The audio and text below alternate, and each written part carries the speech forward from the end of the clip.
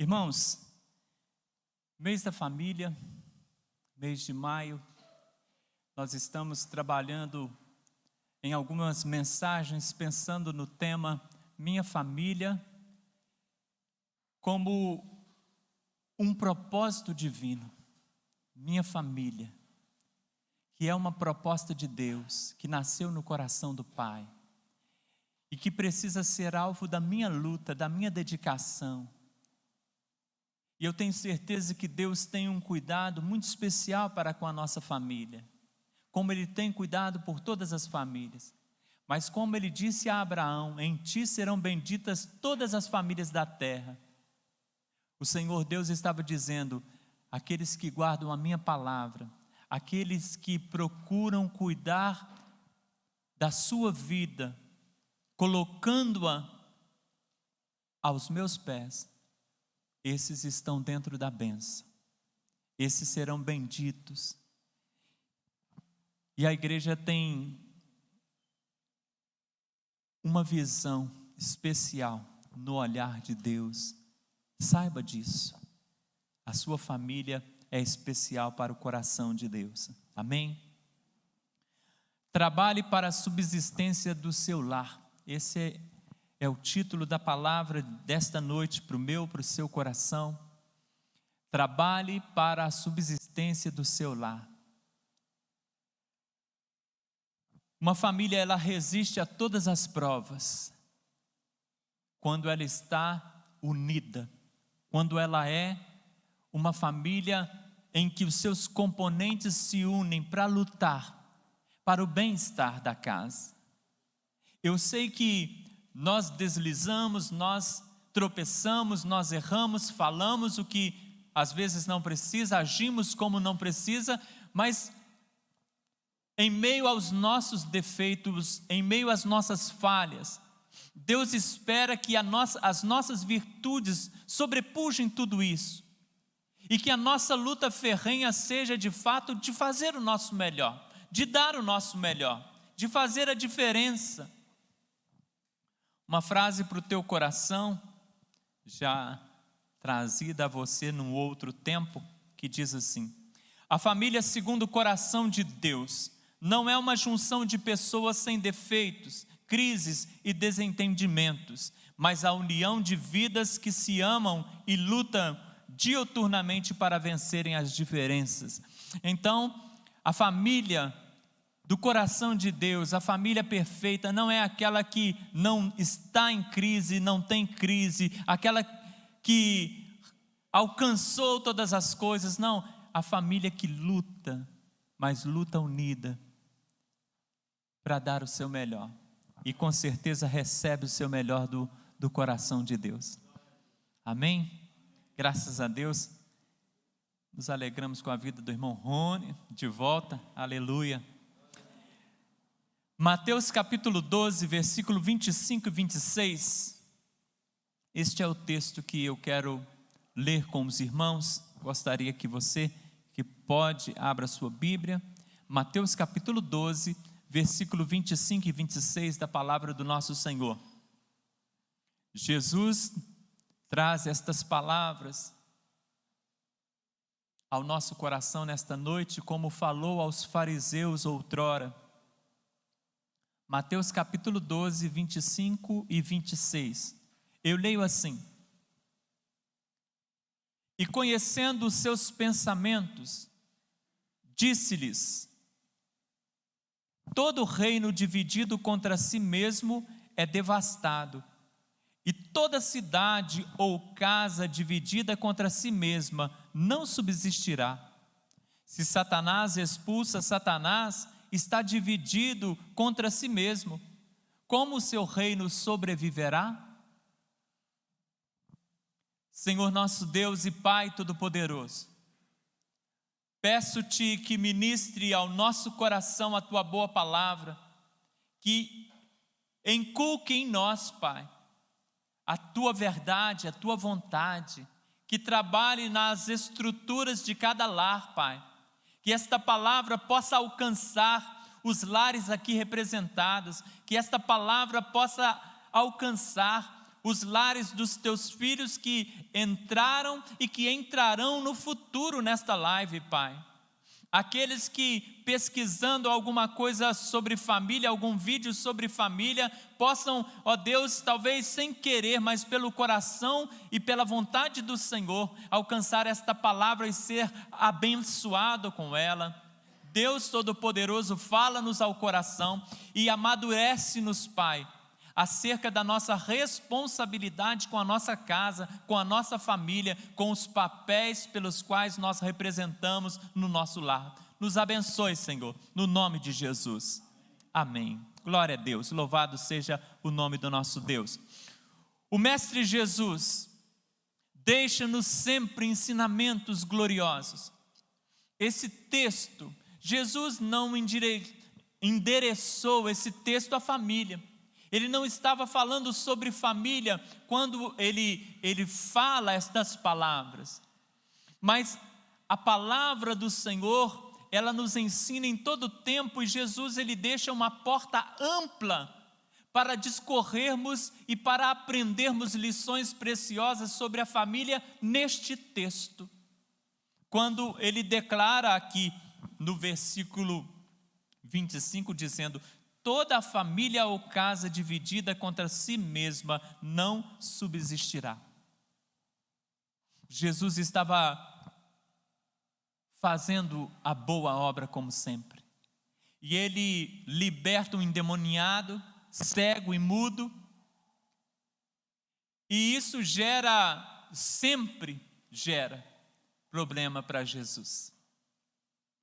Porque muitas vezes o religioso, ele pensa mais em questões humanas do que o próprio homem. E Jesus aqui, ele desperta a ira do coração do fariseu. E os fariseus começam a dizer e a declarar ao povo que Jesus expulsa demônios pelo príncipe dos demônios, Beelzebu. E Jesus então traz esta palavra à luz, dizendo: olha, mas se Satanás expulsa Satanás, reino dividido não subsiste, então o reino dele já está destruído. Se uma cidade ou casa, e aí ele vai colocar, se uma cidade ou casa, ela não permanece unida, mas pelo contrário, ela está em guerra, ela não subsiste. Ela não tem condições de permanecer, ela vai ser destruída, porque na verdade já está, porque os componentes dessa casa já estão destruídos no seu relacionamento, já corroeu a ponte que liga a vida de um à vida de outro, a ponte já caiu, a ponte já ruiu, e nós precisamos, ainda que essa ponte esteja em ruínas ou já tenha ruído, nós temos que trabalhar para trazer esta ponte novamente e fazer a comunicação do mundo de um para o outro em nome de Jesus. Escuta, imagine se um componente de um grupo empresarial, às vésperas de fechar um grande negócio para a empresa, ele fizesse contato com uma outra empresa e passasse o acesso para ela poder fazer a negociação na frente. Aquela empresa iria levar um baque, iria perder. Imagine se em todos os momentos que aquela empresa fosse fechar um grande negócio, algum componente daquele grupo empresarial objetivando questões pessoais, lucros pessoais, sabotasse aquele projeto. Essa empresa irá falir, porque cada pessoa está pensando apenas em si. Essa empresa irá falir. E quando pensamos na nossa família, se cada um objetivar apenas o seu querer, a sua vontade, a família rui, porque aqueles que a compõem estão se degradando. E Jesus espera que nós estejamos lutando, sim, lutando, não uns contra os outros, mas lutando juntos contra a guerra que está à nossa frente, contra as questões que vêm tomando e se avolumando contra a família, porque esse componente do grupo que sabotou a empresa nessa ilustração, ele agiu pelo próprio interesse, pelo único interesse dele, a revelia do bem comum. Por que que o nosso país se encontra como está? Porque nós nos sentimos tão agredidos, tão violados, porque as forças políticas estão divididas, porque os partidos não se unem para o bem do país, mas eles trabalham, eles lutam, eles militam em bem, em um ideal mesquinho, egoísta, infelizmente, objetivando somente os desejos pessoais. Não há união para lutar pelo bem comum, há uma guerra pela hegemonia de uma minoria.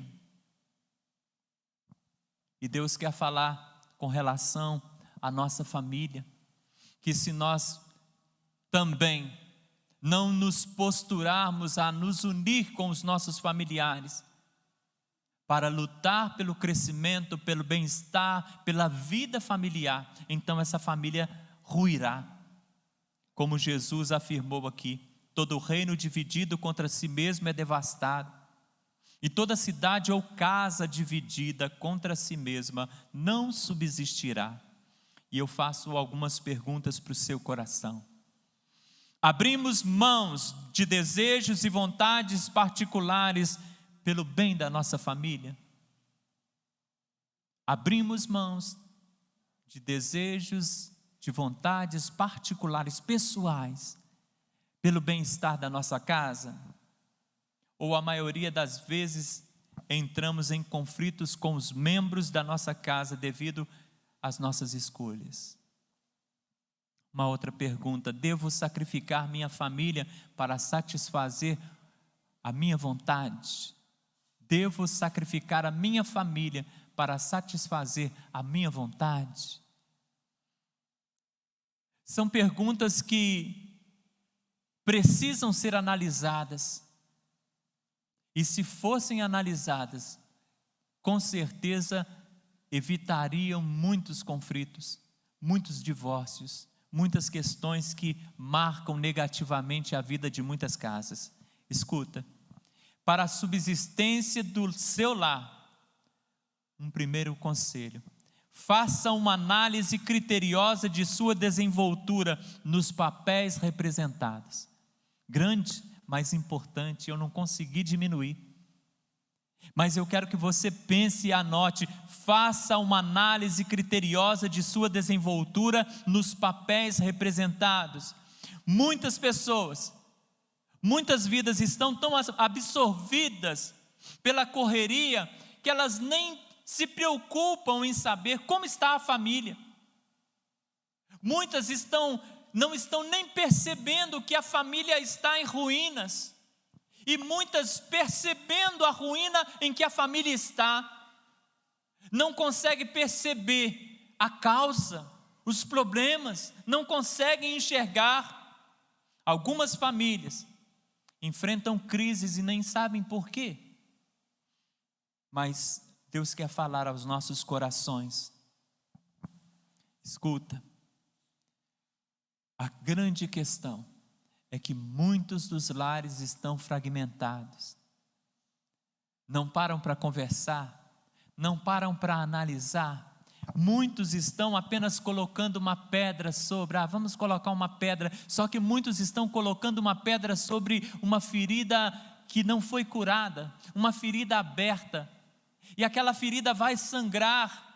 Vão remediando as crises, escuta isso, vão remediando as crises com passeios, com viagens, com programas que são apenas paliativos, que são apenas distrações.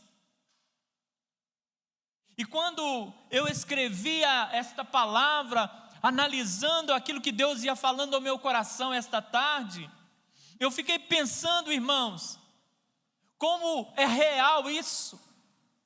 As pessoas estão em conflito familiar, mas elas se distraem, elas promovem uma distração com um passeio, com uma viagem, elas promovem uma distração com alguns programas, mas isso é apenas distração.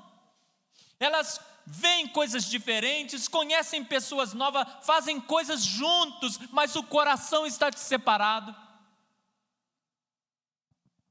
Os problemas estão lá no mesmo lugar, porque a distração não ajusta problema, porque a distração não conserta relacionamento, porque a distração não gera perdão no coração, a distração não gera arrependimento no coração, mas o diálogo, a conversa, isso sim. Mesmo assentado na roda, num churrasco com a família, muitas vezes as pessoas estão tão distantes umas das outras, cada uma mexendo no seu celular, nas redes sociais, e quando conversam coisas rasas, que não expressam aquilo que está no íntimo da alma, não falam de coisas profundas, falam de coisas rasas, porque não conseguem abrir o coração para as coisas que de fato machucam, para as coisas que de fato estão perturbando, para as coisas que de fato precisam de conserto. E vamos sabotando a nossa família, sabotando o nosso relacionamento familiar, negligenciando um tempo que nós precisávamos passar muito mais influente, muito mais positivo e muito mais interiorizante do que apenas raso, do que apenas coabitar no mesmo espaço. Muitas pessoas, como um casal, por exemplo, que sai para jantar fora e sentam um do lado do outro e fica um em cada celular. Não aproveitam para namorar, não aproveitam para estreitar os laços e inflamar ainda mais a chama do amor de ambos. Desperdiçam oportunidades. E quantas oportunidades em família nós temos desperdiçado? E eu não digo que nós não tenhamos que fazer eventos, ou que não tenhamos de fazer programas, ou viagens, ou passeios, pelo contrário, isso é muito positivo. Quando as coisas primárias, as coisas principais não são deixadas de lado, porque isso não pode ser a priorização da família. Tem que ser o secundário que vai ainda mais ampliar, abrir mais o leque, tem que ser secundário, mas não o principal. Escuta mais,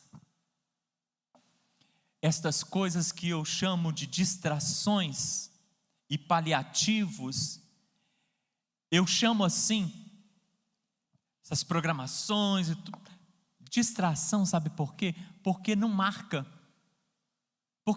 você realizou ali, mas você esquece rapidinho, porque não marcaram, não estabeleceram uma permanência, uma significância permanente. Não ficou. Foi algo que aconteceu, foi bom ali no momento? Foi maravilhoso, mas é esquecido, porque não foi abrangente, não tocou na alma, não ajustou nada. Foi bom, foi uma distração. E a palavra distração significa algo que tira a sua atenção algo que chama a sua atenção para uma outra direção. E muitas vezes a família está com problema, vamos sair, vamos fazer uma viagem, vamos fazer isso, vamos fazer aquilo, e aí nós vamos, mas é distração, nós tiramos o olhar da questão que precisa ser ajustada e nos distraímos com outras coisas. Dá um alívio? Dá, mas cura a ferida? Não. Alivia a dor? Alivia, mas a ferida está aberta? Vai continuar doendo, Não teve ajuste, aliviou o momento, mas não tocou com cura na fonte da dor, não resolve. Escuta mais, algo que é marcante de fato para a família, os efeitos deste algo vão perdurar e vão gerar saudade, vão gerar momentos que vão ser internalizados em nós, ser eternizados na nossa memória, e vão gerar um sentimento de saudade. Aquilo que você sente saudade de fato na sua vida, é uma questão que marcou a sua vida, marcou um momento. Mas tantos passeios, tantos programas, tantos churrascos, tantas coisas que você nem lembra mais, é porque não marcou nada. Foi bom só naquele dia, naquele momento, mas não é algo marcante. Mas escuta, quando alguma coisa vira lembrança, quando alguma coisa mexe no íntimo da gente, então essa questão é lembrada. Sabe por quê? Porque nesse dia alguma ferida foi curada. Nesse momento aqui, maus entendimentos foram esclarecidos. Neste dia aqui em questão, um perdão foi liberado. Uma palavra de muito afeto extraída lá do fundo da alma foi dada e foi percebida. Isso marca, isso mexe, isso faz a diferença. Foram reconhecidos os erros e perdoados os erros. Houve arrependimento nesse dia. A paz foi reintegrada nessa oportunidade. Então isso vai gerar momentos que marcam a vida da gente, marcam a vida da família. Analise criteriosamente a sua desenvoltura nos papéis que você representa dentro da sua casa. É isso que Deus espera de nós. E esta análise, ela precisa gerar atitude que diferencie a nossa conduta, atitude que nos faça caminhar de uma forma diferenciada, atitudes que possam beneficiar o relacionamento familiar, que possa fazer crescer o relacionamento familiar. Então, um segundo pensamento para você, dentro dessa palavra de Jesus: casa dividida não subsiste. Escuta, para a subsistência do seu lar, estabeleça um acordo. Após a autoanálise da sua performance no ambiente familiar, então, necessário se faz um acordo para que haja mudança, para que pontos negativos sejam reparados, ajustados. Amós, ele falando acerca do relacionamento de Deus com o homem, ele usa uma expressão que pode e deve ser usado para todos os relacionamentos interpessoais. Olha o que Amós vai dizer. Amós 3,3, você conhece o versículo muito bem. Porventura andarão dois juntos se não estiverem de acordo? Andar separado é fácil, mas andar junto é difícil. Andar separado qualquer um de nós consegue. Estar separado em casa qualquer um de nós consegue. Agora, estarmos juntos em casa, estabelecendo contato de fato, comunhão, estabelecendo diálogo, estabelecendo meios para que o outro possa abrir o coração e para que você possa abrir o coração. Andar separado é fácil, andar juntos requer sincronismo. Até os animais têm facilidade de andar separados, mas coloca dois bois que não estão acostumados a puxar um carro juntos, e eles vão, um trava, o outro começa, e o outro empaca, e o outro vai. Não há sincronismo porque eles ainda não conseguem andar juntos, não têm costume de andar juntos. Mas Deus espera que nós aprendamos a andar juntos em família, que nós andemos juntos no nosso coração, que nós andemos juntos no nosso pensamento. Não é apenas palavra trazida ao vento, quando Deus fala na boca de Paulo e diz: olha, tende em vós o mesmo sentimento que houve também em Cristo Jesus, trazendo para a família. Tende em vós o mesmo sentimento. Se nós agregarmos os sentimentos de Cristo em nós, se cada ente da família agregar em si os sentimentos de Cristo, como será produtivo, como será abençoador a vida familiar.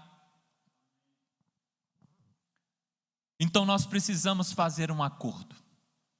E o primeiro acordo é um acordo com Deus, o autor da família. O primeiro acordo que a família precisa fazer é um acordo com Deus.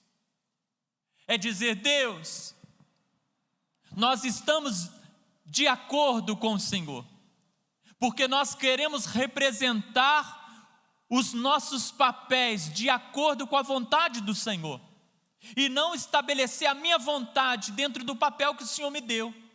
Então sou pai, mas não exerço o meu papel de pai como Deus espera de mim. Sou mãe, não exerço o meu papel de mãe como Deus espera de mim. Sou marido e não represento aquilo que Deus espera de mim como marido. Esposa não representa muitas vezes o papel que Deus espera como esposa. Filhos, pais, a mesma coisa.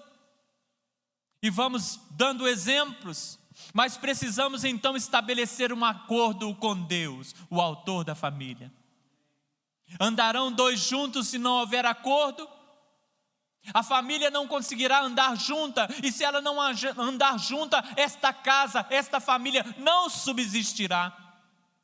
Mas para andar juntos, nós precisamos de acordo, e o acordo é divino. Nós precisamos de um acordo com Deus, porque Deus tem uma conduta perfeita para mostrar para cada ente, cada integrante da família. Esta conduta fará com que cada um desenvolva o seu melhor, que cada um exerça o seu melhor, e que cada um perceba a potencialidade que ele tem em desenvolver, em crescer, em dar-se ainda mais, em fazer ainda melhor, gerando um ambiente de amor, de respeito, que é o que Deus deseja para mim e para a sua casa. Escuta, pensa, porém nada acontecerá se nós não conhecermos e não praticarmos os desígnios de Deus para a nossa vida. Nada acontecerá. Deus diz assim, lá em Ezequiel capítulo 20, versículo 19: Eu sou o Senhor Deus, andai nos meus estatutos, e guardai os meus juízos, e executai-os. Deus está declarando quem Ele é, declarando o que Ele deseja para nós, e declarando a vontade dEle acerca daquilo que Ele está ensinando. Executai-os, praticai-os, obedecei-os. É isso que Ele está falando. E o segundo acordo, querido? O segundo acordo é um acordo com a sua família. Você precisa estabelecer um acordo com Deus, o autor da família, e você precisa estabelecer um acordo com a sua família. Mas que acordo é esse? O acordo de obedecer, o acordo que você fez com Deus, de dar o seu melhor para Deus nos papéis que você representa. Então você precisa fazer um acordo com a sua família. E eu quero ler algumas cláusulas do acordo que Deus faz para cada membro da família. Algumas só. Eu quero ler uma cláusula só para cada um, e há muitas. Efésios capítulo 5, versículo 25. E eu quero dizer assim: maridos, amem suas esposas. Maridos, amem suas esposas. A cláusula do contrato diz assim: vós maridos, amai vossas mulheres, como também Cristo amou a igreja e a si mesmo se entregou por ela. E eu digo aos maridos, analisando a minha própria vida como alguém que é casado, eu digo a mim e aos irmãos, façamos uma comparação daquilo que Cristo está dizendo acerca de entregar-se a si mesmo pela noiva, pela igreja. Façamos uma comparação daquilo que somos, daquilo que representamos como marido para nossa esposa. Como somos como maridos dentro do nosso lar?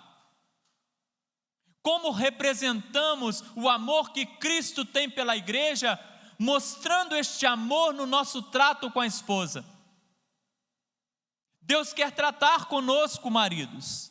Jesus abriu mão temporariamente do céu para estar aqui, para salvar a sua noiva, pela igreja amada. Mas quantos maridos estão dispostos a abrir mão da sua vontade ou do seu lazer uma vez ou outra para fazer algo que é de interesse único e exclusivo da sua esposa? Qual marido está disposto a abrir mão da sua zona de conforto, da sua tranquilidade, do seu descanso, do seu lazer, para ajudar a esposa em alguma atividade, para acompanhá-la nos seus momentos de fragilidade, para as tarefas domésticas também? Nós precisamos, irmãos, analisar como somos como maridos, quando Deus está dizendo conosco e para nós: vós maridos, amai vossas mulheres, como Cristo amou a sua igreja e a si mesmo se entregou por ela. Os dados mostram que maridos e ex-companheiros respondem a 90% do feminicídio no Brasil, da morte de mulheres no Brasil. Maridos e companheiros. Uma pesquisa antiga de 2015 dizia lá, em 2015, há 6 anos atrás, dizia lá que o Brasil é o 5º no ranking mundial em feminicídio, em assassinato de mulheres. E muitos desses monstros que estão matando, dizem que matou por amor. E a gente fica pensando, irmão, não somos perfeitos, homens, não somos perfeitos. Homens, não podemos deixar que a nossa imperfeição, que a nossa humanidade, que a nossa finitude, que todas as coisas que compõem a nossa estrutura decadente, seja uma desculpa para não permitirmos que Deus haja em nós e através de nós, para isso não ser uma desculpa para que não nos entreguemos a Deus para ser aperfeiçoados no papel de esposo que precisamos ter na nossa família. Uma segunda cláusula, Efésios capítulo 5, versículo 22. Vós mulheres, sujeitai-vos a vossos maridos como no Senhor, como ao Senhor. Há esposas que entendem esse versículo como uma afronta, submissa. Ainda hoje, quando há uma guerra pela superioridade dos gêneros, há uma guerra terrível. Quem vai dominar, quem está dominando, quem está no poder, na corrida pela supremacia do gênero. Já foi o tempo que a mulher tinha esse pensamento de ser submissa ao homem, já foi tempo. Para muitas hoje, uma fatia grande no tempo de hoje, caminhar junto não é mais uma proposta, a proposta é superar. E algumas, ao ouvir eu falando assim, a proposta é superar, vai falar assim: ih, você está bobo, já superamos há muito tempo. Não é não? É assim, irmãos. Mas escuta só, Deus não deseja que o homem e a mulher se degradiem por conta de liderança, mas Deus deseja que o homem e a mulher exerçam o papel que Ele deixou para cada um, estabeleceu para cada um, limitou para cada um, e não querer ser o outro, ou tomar o lugar do outro. querer ser melhor do que o outro, passar por cima do outro. Isso é uma visão capitalista, introduzida no seio do coração do povo e que se tornou regra para a família, para a empresa, para o empresário, para o funcionário, para todas as pessoas. Mas isso não é regra de Deus, isso não é vontade de Deus. Escuta, querida irmã, Deus deseja que você possa ser submissa ao seu marido, sim. Mulher, se submete, mas uma coisa que você precisa ouvir: a submissão no texto bíblico, ela muitas vezes não é aceitada pelas mulheres, porque ela é confundida com subserviência. Quando nós pensamos em submissão, que a Bíblia traz aqui, submissão é aceitar a sua missão. Submissão é se submeter ao compromisso que tem com Deus com amor. Se submeter aqui é compreender a sua missão no relacionamento. Subserviência, que muitas vezes a pessoa acha que subserviência é submissão aos desejos, aos caprichos, à vontade humana. Mas não é isso que Deus está pedindo. Mulheres, submetei-vos aos vossos maridos como ao Senhor. Cumpra a sua missão no seu casamento junto ao seu esposo. Agora, se o seu esposo quer te fazer de marionete, então essa submissão não é a submissão que Deus pede. Subserviência é submissão, mas é uma submissão forçada. Agora, submissão bíblica, submissão divina é compreensão da missão, a compreensão da minha missão que eu tenho ao lado daquela pessoa que Deus colocou para ser a minha cara metade. É entender isso. Mulheres, sejam submissas, ainda mais se toda a família introduzir essas cláusulas desse acordo divino na sua vida e cada uma estabelecer uma submissão a esse papel específico que Deus deu para cada um, não será difícil para a mulher ser submissa a um marido que a ama como Cristo amou a igreja. Ou será que é? Não é. Escuta, irmãos. Filhos, honre seus pais. Terceira cláusula apresentada aqui. Efésios 6:2. Honra teu pai e a tua mãe. Este é o primeiro mandamento com promessa. Filhos devem honrar seus pais. Reconhecer o carinho, o esforço, o trabalho, a luta e todas as coisas que os pais fizeram e muitas vezes fazem, até mesmo para aquele filho casado, mas ainda recebe auxílio, recebe ajuda, recebe amparo, recebe colo. Casado, cabelos brancos, ainda é meu filho, Deus te abençoa.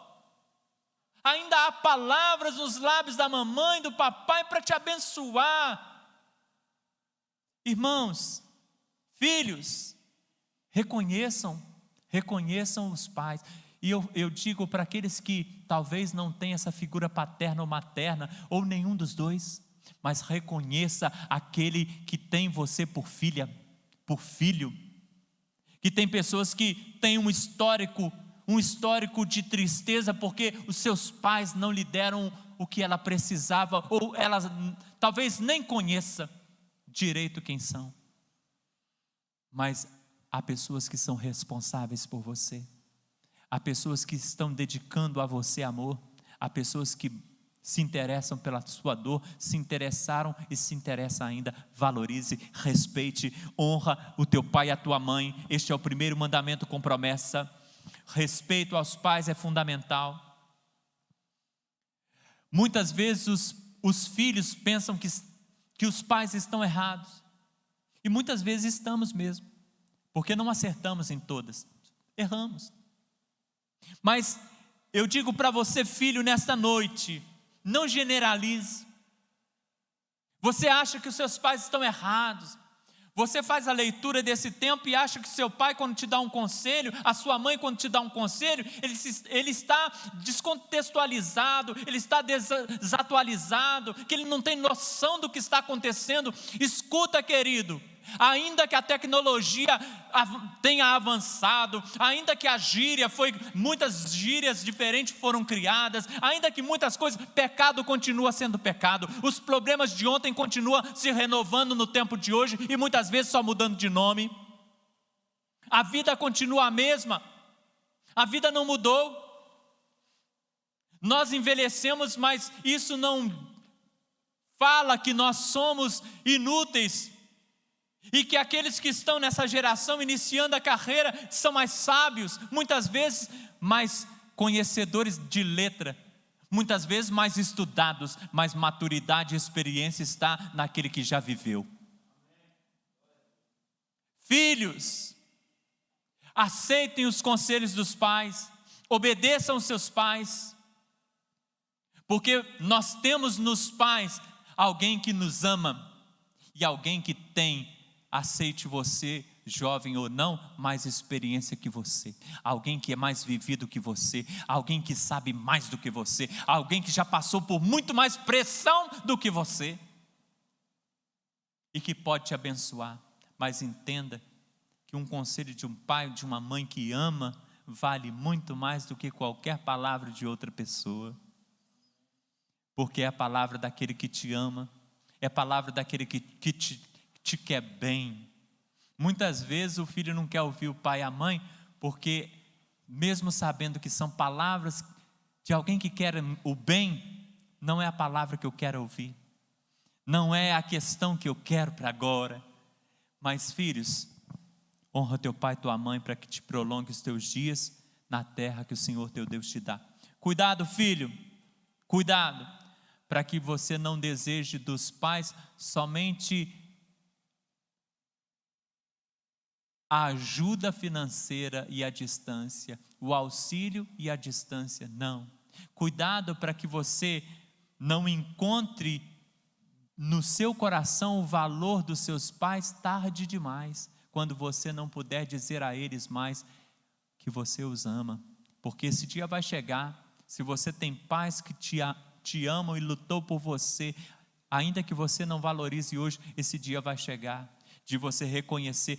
E eu peço a Deus que não permita que você espere o dia final, quando você perder, e aí lembrar do valor que tem, e aí reconhecer o valor que tem, não adianta mais. Um pai e uma mãe não quer filho chorando à roda do caixão. Um pai e uma mãe quer filhos que ouvem a sua voz de sabedoria. Mas há uma cláusula também que diz respeito aos pais, e eu quero ler encerrando essa palavra. Pais, não irriteis aos vossos filhos. Colossenses 3:21. Vós, pais, não irriteis aos vossos filhos, para que não percam o ânimo. Os pais irritam os filhos quando cobram dos filhos aquilo que os filhos não veem neles. Os pais irritam os filhos quando eles ficam batendo na tecla que os filhos têm que fazer, que os filhos têm que ser, e os filhos olham para os pais e não veem neles. Os pais irritam os filhos. Então, cuidemos, pais, e eu estou falando pais e mães, cuidemos, para que não irritemos os nossos filhos com muita pressão, mas que ele não veja em nós vida.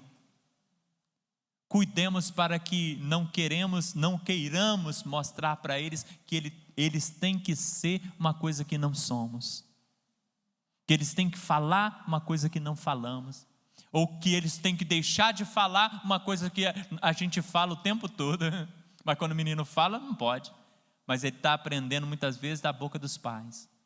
Então nós temos que nos preocupar. Nós somos exemplo. Amém? Pais irritam os filhos e causam sérias feridas emocionais quando mostram a preferência de um ou de outro.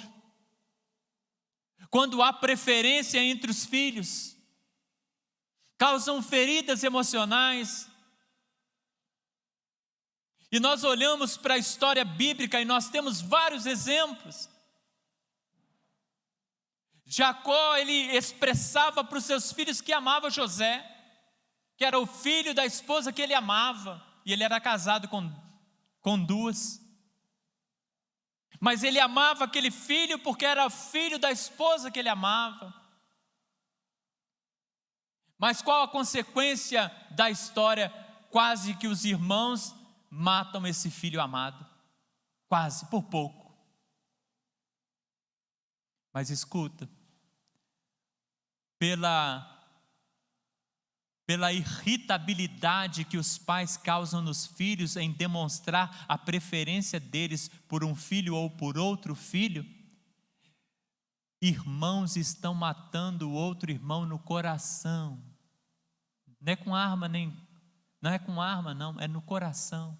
Muitos irmãos têm dificuldade, têm distanciamento uns dos outros, porque sentiram sempre que o pai teve preferência por ele, que a mãe teve preferência por ele, e há aquela diferença, há aquela irritação. Pais, não irritem os seus filhos, fazendo diferenciação entre eles. Pelo contrário, a ninguém devais nada a não ser o amor, e o amor tem que ser igualitário.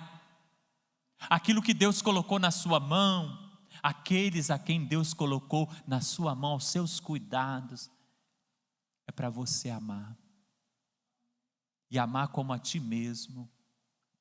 Ou seja, você é um só. Escuta isso, interessante, né? Você é um só. Se você tem que amar como a si mesmo, então é o mesmo amor. Você não tem dois amores por você, você só tem um. Você se ama de uma maneira.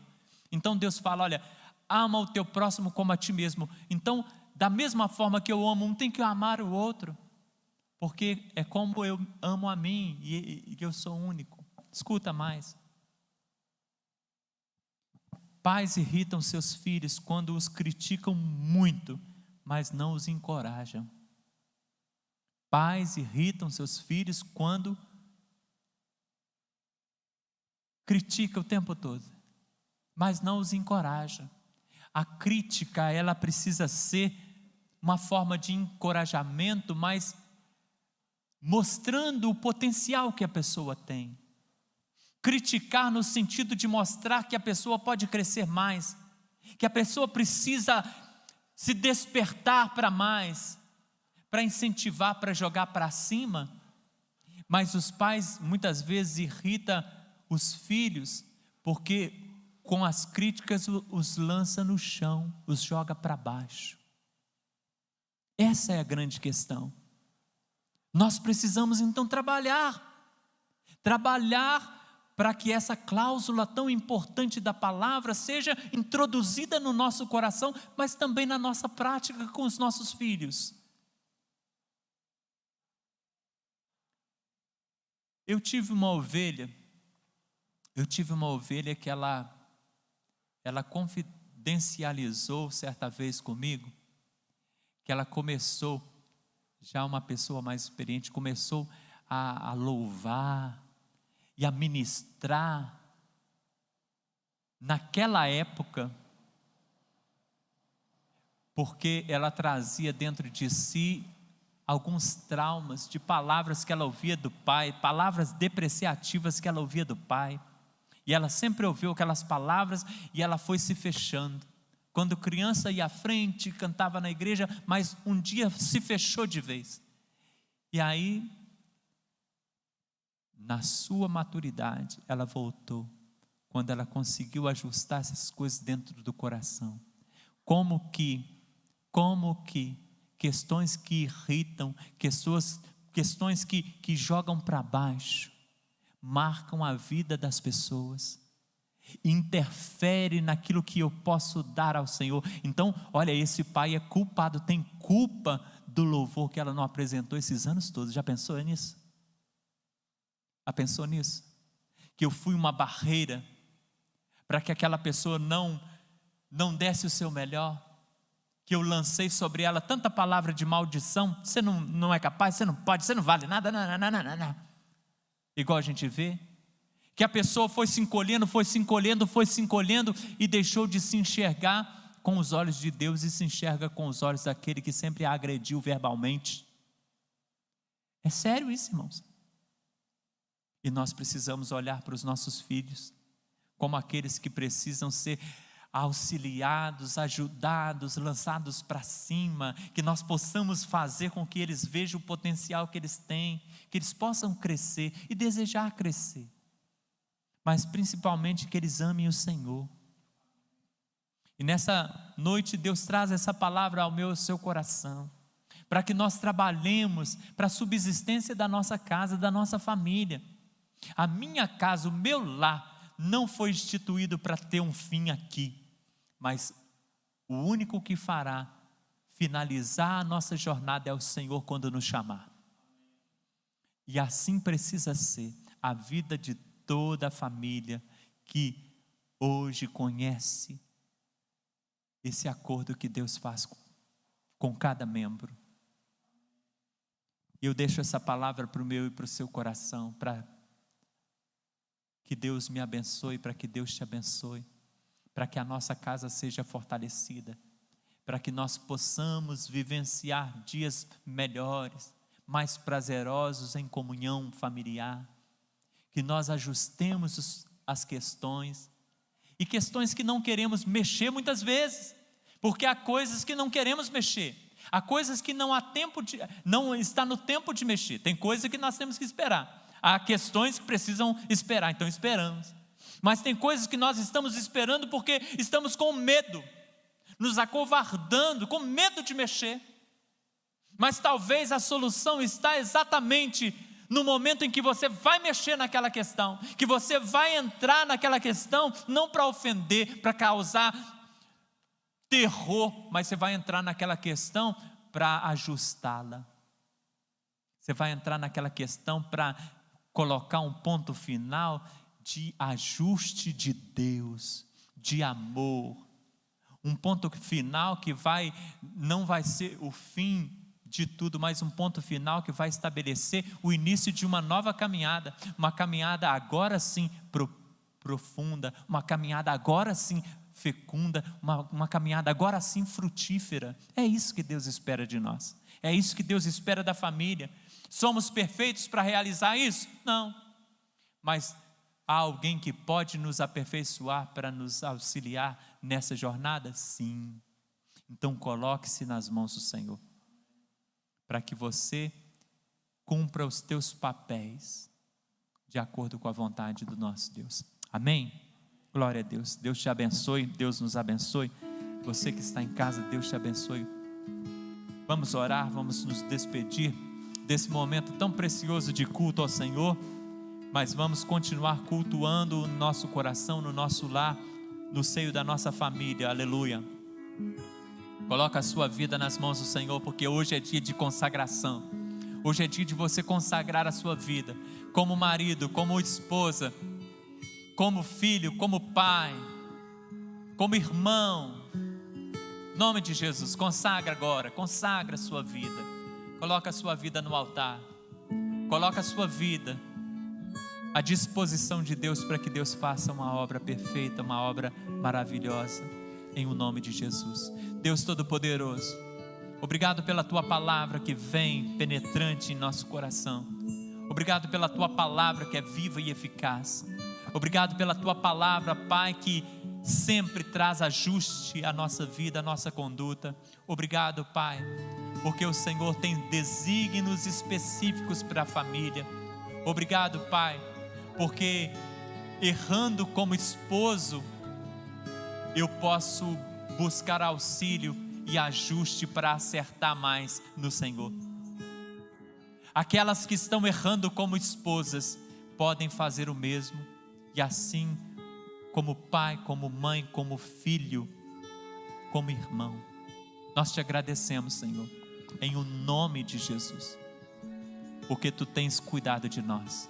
Te pedimos perdão, Pai, porque muitas vezes, tendo a Tua palavra nas mãos, negligenciamos o conhecimento que podemos alcançar aqui. Muitos estão negligenciando, Pai, o estatuto, o acordo, as cláusulas que fala de direitos e deveres. Estão se esquecendo, Pai, de que o Senhor é Senhor do universo, de que o Senhor é aquele que instituiu a família, e aquele que pode encaminhar, aquele que pode ajustar, aquele que pode mover com as Tuas mãos poderosas a vida familiar de cada um. Deus Todo-Poderoso, consagra esta família, abençoa esta família, mova com milagres a cada família, Senhor. Deus, ministra esta palavra, introduz essa palavra, internalize essa palavra, Senhor, para que essa vida que ouviu possa dar o seu melhor na sua casa, no nome de Jesus. Amém. Amém. Deus te abençoe, querido. Deus abençoe meus irmãos amados, e continue falando ao nosso coração. Domingo pela manhã, domingo à noite estaremos aqui. Domingo, dia das mães, então um culto especial à noite para agradecer a Deus pela vida de todas as mamães, essas mulheres maravilhosas que fazem toda a diferença. Deus abençoe a cada mamãe já de forma muito expressiva e também antecipada. Deus abençoe cada mamãe no nome de Jesus. Ótima noite a todos. Deus te abençoe. Você que está em casa, muito obrigado pela sua companhia. Deus te abençoe também no nome de Cristo Jesus.